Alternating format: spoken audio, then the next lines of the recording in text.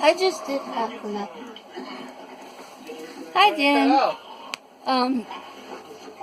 I had started rambling on, but apparently I didn't press the right button. So here it goes again. I just wanted to give you an overview of my story. With the Turner syndrome, which I was diagnosed when I was 6 months old, there's a lot of health issues. And especially as you get older, the more health issues come along. My parents got divorced when I was 5. There were a lot of issues there, but that's another video. And I got my first open heart surgery when I was 6. From what I remember of it, it wasn't too fun. I freaked out after, which I've done after every heart surgery. I do not like the tube down my throat. And I can remember not being able to play with my friends. I also got held back that year because of some homework issues that didn't get done or didn't get brought to me. So I was held back a year. But as I got older, it was okay. There were certain things I had to do, like at 12 years old, I was giving myself growth hormone shots so that I would grow a little taller than they normally do. It really stunts their growth. It makes things difficult on the body. Had a thyroid issue, took some medicine for that, and that was basic all my younger years. The whole gist of this is, if you know a little bit about Down syndrome, Turner syndrome is kind of the same thing on the same chromosome as Down syndrome is, but Down syndrome has an extra Y chromosome, or female chromosome, whereas the Turner syndrome patients do not have that extra Y chromosome. So I had to take birth control, but I didn't start till 18. I got to pick kind of the age that I started having my female issues. And then for a long time, because I was in and out of jobs, things happened, I did not have health insurance. So year after year, I kind of felt that I was getting older and some things were getting harder, but I didn't know if it was the Turner syndrome. Got married to my wonderful husband in 2008. We met in 2005. And I was in my last semester of school at East Central College, and I started having some issues going up and down the stairs. I could tell something wasn't right. And that was the start of last year. But my whole thing is, I have a friend that also has Turner syndrome that has never taken the growth hormone, has never taken to have her thyroid checked, I don't think, has broken her ankle many times, has broken her hip recently, and she's younger than me, maybe by 2 years, 3 years, and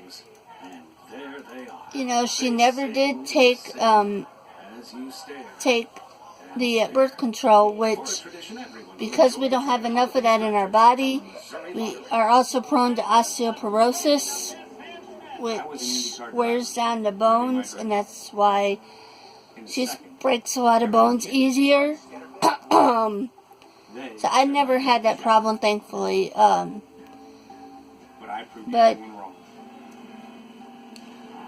that's part of the only issue. If you look at my hands, Let me take my ring off here.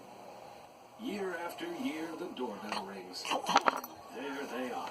They sing, There's an extra kind of piece of skin there, and stare. and it's part of the Turner syndrome. Same thing with my toes. I do have, my neck is a little bit webbed. It's hard to tell.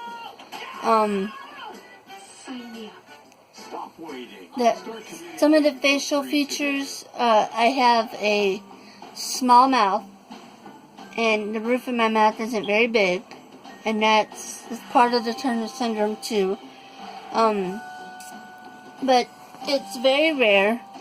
It only happens in women or females.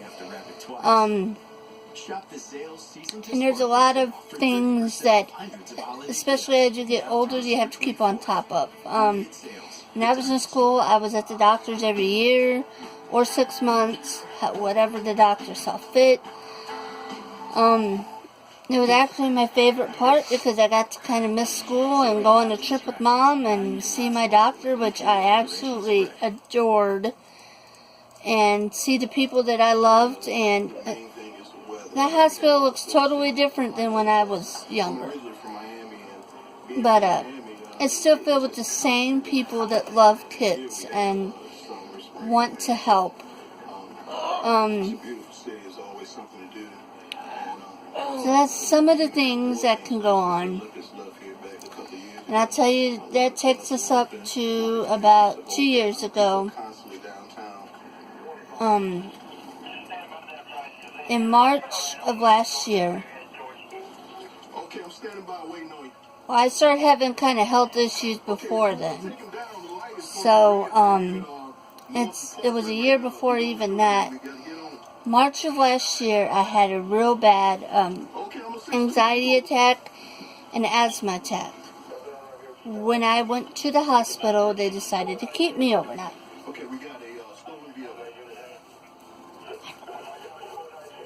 And so they kept me, and the reason they kept me is there was a doctor by the name of Dr. Beardsley, which is sadly nowhere with us, who was an expert in Turner syndrome patients that are older and have heart conditions. He was the only one in the state that knew as much as he did. Turner syndrome is still trying to get out there. He told me that the EKG didn't look good, and they wanted to run some tests, and that I would be staying overnight, and he would run the test in the morning. When he run the test, he came back in with a female who was, I guess, his assistant or something like that. And he said, you're going to have another open heart surgery. And I said, well, how soon are we talking? Are we talking today? He said, well, I almost did it last night. He said, but we can wait. He says, but not long. You definitely need it by the end of summer. So we had went to a specialist. He set us up with a specialist or a surgeon. Went to talk to the surgeon, got the date. On July 6th, 2 days after the 4th of July, I went in for my second surgery, in which I had problems waking up. I was trying to pull things. It wasn't very comfortable, but I did pretty good overall. Well, after, I kept having what's called pleural effusions, which is fluid around the lungs. And their normal answer to that is to drain the fluid. Well, when they drain the fluid, it caused a re-expansion pulmonary edema, which is where my lungs deflated, filled with fluid, and it re-inflated. And I was basically, it's like you're drowning to death. But you're not in water. You're drowning to death on your own fluids. I started throwing this fluid up. I didn't know what was happening. It got to the point that it was really scary. And I just didn't know what to do. And by the time that people got to me and got an ambulance to me, the ambulance guy looks at me, he says, "What's wrong?" And I told him, I said, you know, and I couldn't really talk. And he says,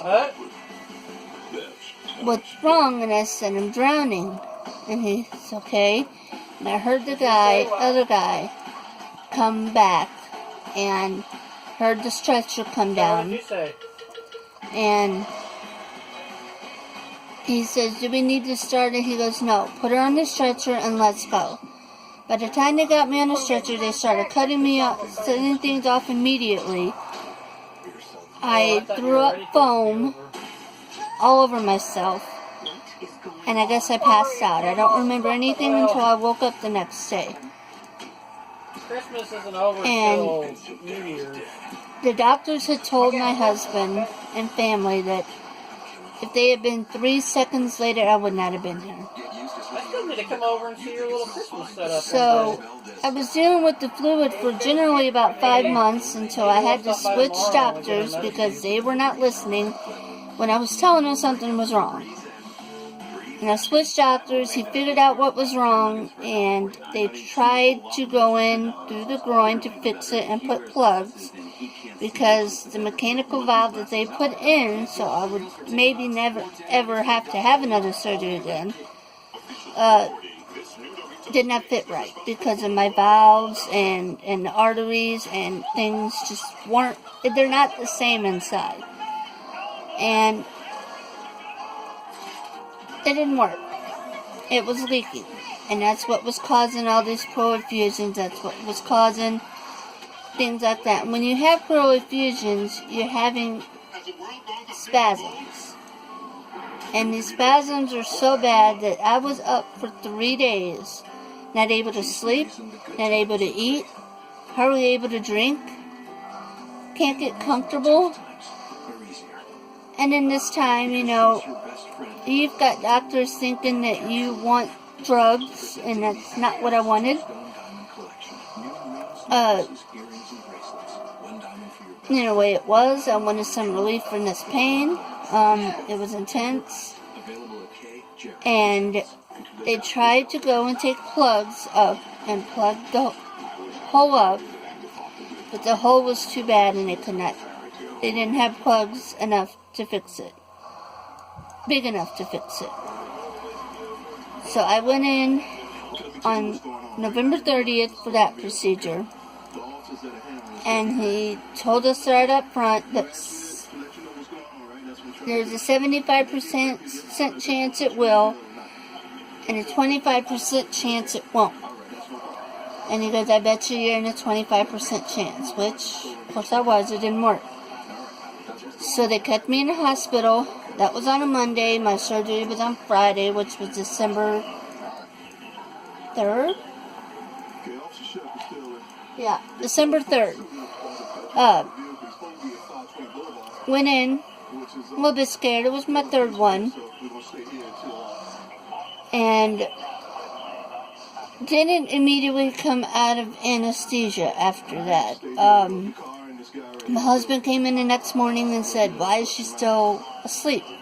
"Oh, we leave him asleep a little longer to let him rest." And he goes, "No, she usually wakes up on her own. She should be awake." Well, the nurse argued with him and left, and as soon as when he turned his back, when he turned back to me, I was seizing. And I almost fell out of bed. And he was trying to find a nurse. And the nurse finally came in, and they had to tie me down. And I was trying to grab the tube, so they had these gloves on me. And called my parents and my family and said, "You need to get up here." And I had grandma's seizures for about 2 days after that. And I finally woke up about the 4th day. And I woke up not able to swallow, not able to talk, not able to use my left side very much. Not able to do a lot of things. And it was very, very frustrating and heartbreaking for not only me, but my husband, my family. I ate ice chips for about 2 weeks. I ate baby food for about a week. And then 3 days before I got released, I got to eat real food. I went from 120 pounds to after I came out that second time, I was about 98. It was just, I was skin and bones. They had a tube in me to feed me for a long time, up until the time I could eat solid foods. I came out of the hospital December 18th or 16th. Went back in December 18th for some fluid, and they got that drained. And so far the fluid has stayed away. So we know we fixed the problem. But as of late, I've had the electrical system in my heart going crazy and going into AFib, which is where your heart just flutters. It's like a little butterfly fluttering around. So it's not beating, it's not moving blood or nutrients or nothing. It's just sitting there fluttering. And it had to shock my heart 3 times. I went to saw the doctor today, my heart doctor, and he said if it does happen again, we will have to do some kind of procedure. And it's not going to be shocking my heart. I think he talked about what's called an ablation. And that's where they go in and they basically scar up part of your heart that is going faster to really keep that AFib down. So that is my journey of up to date. I'm also messing with Medicare, disability, which is another video in and of itself. But the good thing that came out of all this was I found God again, and it brought me and my husband to a stronger place, and me and my family to a stronger place. So sometimes in the midst of those very, very tragic things, God brings you to the brink to say, I'm still here. And apparently God wasn't done with me yet. So I'm here trying to find His purpose. I am going back to school as of right now. Trying to get my bachelor's in psychology. So I ultimately, hopefully, maybe want to do something like parole or a counselor, one of the two of them. So that's kind of my history for tonight. And on a different note, I do enjoy sports. Football and hockey is my 2 things. So around this time of year, I'm like glued to the TV. So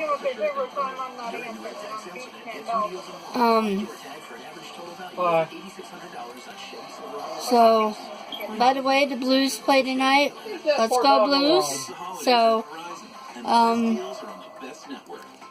I hope you guys really like this. I hope you find it some informative. Go ahead, like my page, subscribe to me to learn a little bit more about the journey. If you have any questions, comment the questions or comment your thoughts. Won't hurt my feelings. Whatever you have to say, just like my page, subscribe to me, and hopefully we together can have a journey to learning exactly who we are and what this Turner syndrome is, so that we can bring some awareness, and hopefully some mother that, you know, may not know all this stuff can understand a little bit more about it. Again, this is also part 1, so like my page, subscribe, and I will talk to you later.